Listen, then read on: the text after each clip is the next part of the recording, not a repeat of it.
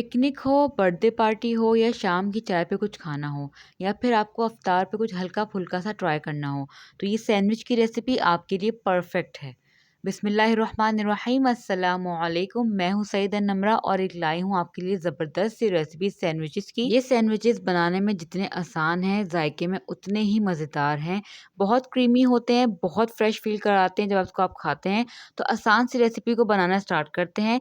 सबसे पहले मैंने एक पैन लिया है, इसमें सबसे पहले मैं यूज़ कर रही हूँ घी। घी का इस्तेमाल कर रही हूँ, आप यहाँ पे बटर का इस्तेमाल भी कर सकते हैं। उसको गरम करेंगे, इसके बाद मैंने 1 टेबलस्पून यहाँ पे गार्लिक को ग्रेट करके ऐड कर दिया है। यहाँ पे आप गार्लिक पेस्ट का इस्तेमाल भी कर सकते हैं। गार्लिक को थोड़ा-सा फ्राई करेंगे, उसके बाद मैंने एक स्मॉल साइज़ की प्याज़ को चॉप कर लिया था इस तरीके से, इसको हम इसमें डाल देंगे और इसको भी इसमें फ्राई करेंगे। प्याज़ को और गार्लिक को हमने जलाना नहीं है, हमने सौते करना है इसको। इसके बाद 2 टेबलस्पून यहाँ पे हमने मैदा शामिल कर देना है। मैदा ऐड करने के बाद मैदे को पकाएँगे ताकि इसका कच्चापन जो है वो ख़त्म हो जाए। कुछ सेकंड तक मैदे को पकाना है हमें ताकि प्रॉपर तरीके से मैदे का कच्चापन ख़त्म हो जाए। इसके बाद मैंने यहाँ पे बॉयल की हुई और श्रेड की हुई चिकन ऐड कर दी है, तकरीबन 1 कप। आप चाहें तो इससे कम या इससे ज़्यादा क्वांटिटी भी इस्तेमाल कर सकते हैं। चिकन को मैदे और प्याज के साथ फ्राई करेंगे ताकि मज़ीद मैदे का कच्चापन ख़त्म हो जाए और चिकन में जो है वो एक अच्छी सी खुशबू आ जाए। इसके बाद मैंने इसमें गाजर डाल दी है और शिमला मिर्च डाल दी है बारीक चॉप करके। यहाँ पे अपनी मनपसंदा कोई वेजिटेबल्स आप इस्तेमाल कर सकते हैं, जो भी आपको पसंद हो आप इसमें यहाँ पे यूज़ कर सकते हैं। आप यहाँ पे कॉर्न यूज़ कर सकते हैं, आप यहाँ पे कैबेज यूज़ कर सकते हैं या फिर अगर आप चाहें तो यहाँ पे कुछ भी ऐड ना करें, सिंपल इसी तरीके से बना लें।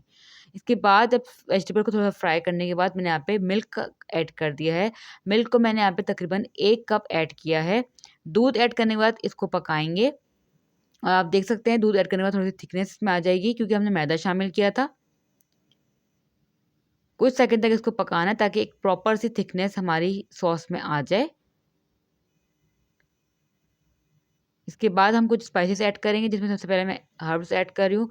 मिक्स हर्ब्स हैं जिसमें ऑरिगानो, थाइम वगैरह है। इसके बाद 1 टेबलस्पून मैंने यहाँ पे काली मिर्च का पाउडर ऐड कर दिया है। 1 टेबलस्पून मैंने यहाँ पे चिकन पाउडर ऐड कर दिया है। थोड़ा-सा इसमें नमक ऐड कर देंगे। नमक आप यहाँ पे कम ऐड करिएगा क्योंकि चिकन पाउडर इसमें ऐड किया है हमने। इसको मिक्स कर लेंगे। इसके बाद आपने इसको एक दफ़ा टेस्ट कर लेना है, ट्राई कर लेना है कि इसमें स्पाइसेस आपके हिसाब से हैं या नहीं। अगर स्पाइसेस कम हो तो इसमें काली मिर्च या कुटी हुई लाल मिर्च भी ऐड कर सकते हैं। बस इसको देखें इतना थिक हमने करना है। इसके बाद मैं यहाँ पे बारीक कटी हुई हरी मिर्ची ऐड कर रही हूँ।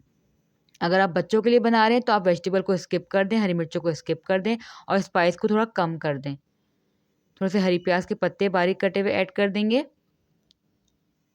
और ये हमारा मिक्सचर जो है वो रेडी हो चुका है। थोड़ा-सा मिक्स कर लेंगे ताकि हरी प्याज़ की खुशबू जो है वो अच्छी तरीके से इस सॉस में, इस मिक्सचर में आ जाए। ये देखिए इतना थिक हमें रखना है सैंडविच के लिए मिक्सचर। अगर आप चाहें तो यहाँ पे चीज़ ऐड कर सकते हैं या फिर क्रीम भी ऐड कर सकते हैं, लेकिन ये ऐसे ही इतना क्रीमी सॉस बनता है, ये इतनी क्रीमी सी इसकी फिलिंग बनती है। ठंडा कर लेंगे। इसके बाद हमने ब्रेड स्लाइसेस लेने हैं और साथ ही जो हमने मिक्सचर बनाया था उसको ठंडा करके यूज़ करेंगे और उसकी अच्छी खासी क्वांटिटी हमने ब्रेड स्लाइसेस पे इस तरीके से लगानी है। कंजूसी नहीं करनी है आपने, अच्छी सी फिलिंग करनी है ताकि आपको मज़ा आ जाए जब आप उसको एन्जॉय करें, आप जब उसको खाएँ। इसके बाद इसको आपने किसी भी पैलेट नाइफ़ की मदद से या फिर स्पून या नाइफ़ की मदद से आपने इसको इस तरह से स्प्रेड कर लेना है। अगर ये किनारे पे नहीं भी लग रहा तो कोई बात नहीं क्योंकि हमने आगे जाके इसके किनारे जो इसके साइड्स हैं उसको कट करना है। दूसरे ब्रेड स्लाइसेस को भी इस तरीके से हम इस पे मिक्सचर अप्लाई कर लेंगे। इसके बाद अगर आप चाहें तो यहाँ पे चीज़ स्लाइस भी ऐड कर सकते हैं, लेकिन मैं इसको ऐसे ही बनाऊँगी। इसको साइड पे कर देंगे और दूसरा स्लाइस लेंगे। इसके ऊपर हम केचअप और मेयोनीज़ लगाएँगे। यहाँ पे आप गार्लिक सॉस या फिर केचअप कोई भी चीज़ आपको जो पसंद हो, जो भी सॉस पसंद हो आप वो लगा सकते हैं। मैं यहाँ पे चिली गार्लिक सॉस लगा रही हूँ। दोनों स्लाइस पे इस तरीके से स्प्रेड आउट कर लेंगे। इसके बाद मेयोनीज़ को भी स्प्रेड कर लेंगे।